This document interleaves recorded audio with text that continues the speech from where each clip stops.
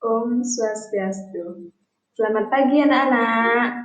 Nah, hari ini kembali lagi belajar bersama Bu Rini ya.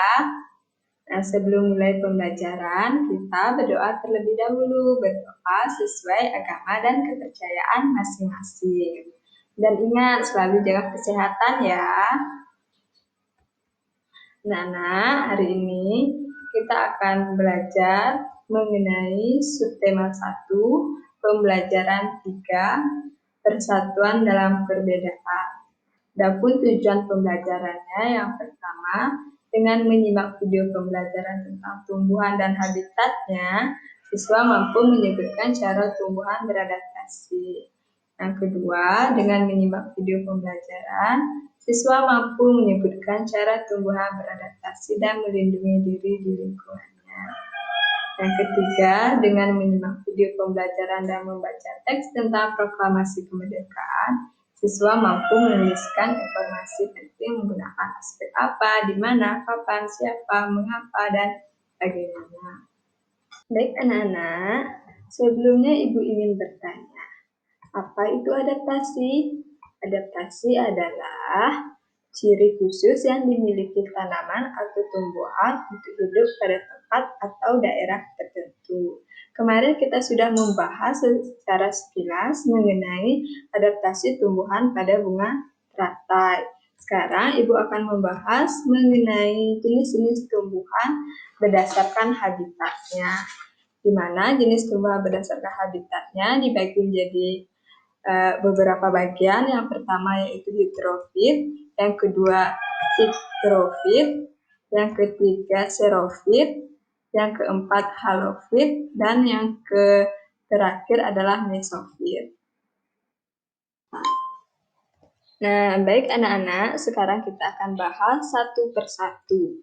Yang pertama yaitu tumbuhan hidrofit, di mana tumbuhan hidrofit ini hidup di tempat yang basah atau hidup di air, sesuai dengan katanya hidro yang artinya air. Nah, ciri-ciri tumbuhan hidrofit ini yaitu terapung di atas air, mempunyai permukaan daun yang lebar, batangnya mengembung seperti berongga berisi udara, dan akarnya kecil sehingga air mudah menyebar ke seluruh daun.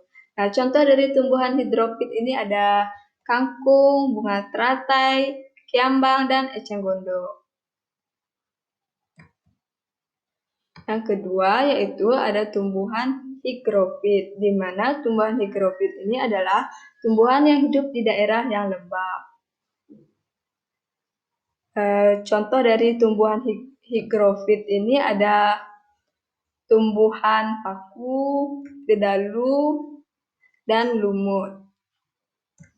Yang ketiga yaitu tumbuhan xerofit, di mana tumbuhan xerofit ini tumbuhan yang hidup di daerah yang kering. Tumbuhan ini memiliki daun yang tebal, sempit, kadang-kadang berubah bentuk menjadi bentuk duri, sisik, atau bahkan tidak mempunyai daun. Nah, batangnya tebal dan mempunyai jaringan untuk menyimpan air. Akarnya pun panjang, contohnya yaitu seperti tumbuhan kaktus, pohon kurma, lidah buaya, adenium, dan buah naga.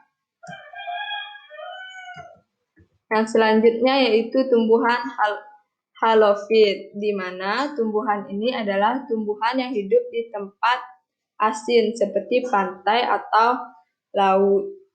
Nah, tumbuhan ini tahan terhadap lingkungan dengan kadar garam yang tinggi, mempunyai akar yang sangat kuat, dan di mana separuh badannya itu biasanya tergenang di air. Akarnya akan tertanam di bawah air dan ada yang muncul di permukaan air. Contoh dari tumbuhan halofit ini seperti pohon bakau atau sering dikenal dengan mangrove. Selanjutnya yaitu tumbuhan mesofit, di mana tumbuhan ini biasanya hidup di daerah yang tidak terlalu basah dan tidak terlalu kering. Nah, tumbuhan mesofit ini ada yang masuk ke dalam golongan tumbuhan berkayu dan ada juga yang masuk ke dalam rerumputan, contohnya seperti pohon mangga, rambutan, pohon pisang, pepaya, dan rumput. Baik anak-anak, selanjutnya yaitu macam-macam cara tumbuhan melindungi dirinya. Ada tumbuhan yang melindungi dirinya dengan menggunakan duri. Nah, contohnya itu pada tanaman bunga mawar dan kaktus. Nah, selanjutnya yaitu ada tumbuhan melindungi diri dengan menggunakan bulu halus. Contohnya itu pada bambu jelantah. Dan ada juga tumbuhan yang melindungi dirinya menggunakan getah lengket yang dimiliki oleh tumbuhan tersebut. Nah, misalnya itu pada Kamboja, sawu, nangka, dan lain sebagainya. Nah, ada juga tumbuhan yang melindungi diri dengan menggunakan bau busuk atau bau yang menyengat. Nah, misalnya itu pada bunga bangkai atau sering disebut dengan bunga rafflesia. Nah, yang selanjutnya yaitu ada tumbuhan juga melindungi dirinya dengan mengeluarkan racun atau dengan racun yang dimiliki di dalam tumbuhan tersebut. Misalnya pada tumbuhan jarak, kecubung, dan lain sebagainya. Yang selanjutnya juga ada cara tumbuhan melindungi dirinya itu dengan menggunakan cangkang buah, misalnya itu pada tanaman kelapa, dan masih banyak yang lainnya ya. Nah, baik anak-anak, kemarin kita sudah belajar mengenai proklamasi kemerdekaan Indonesia, dan sekarang akan membahas mengenai tokoh pejuang bangsa yang telah berjasa terhadap kemerdekaan negara Indonesia. Yang pertama ada Insinyur Soekarno yang merupakan salah satu orang yang berjasa dalam mendirikan negara Republik Indonesia sebagai negara berdaulat.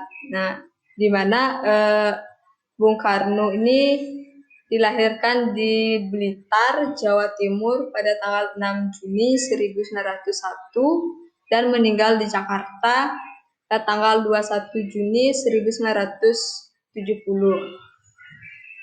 Selanjutnya ada Muhammad Hatta atau disebut dengan Bung Hatta yang lahir di Bukit Tinggi, Sumatera Barat pada tanggal 12 Agustus 1902. Beliau wafat di Jakarta 14 Maret 1980 pada usia 77 tahun. Selanjutnya ada Ahmad Subarjo yang lahir di Karawang, Jawa Barat 23 Maret 1896 dan wafat 15 Desember 1978 pada umur 82 tahun.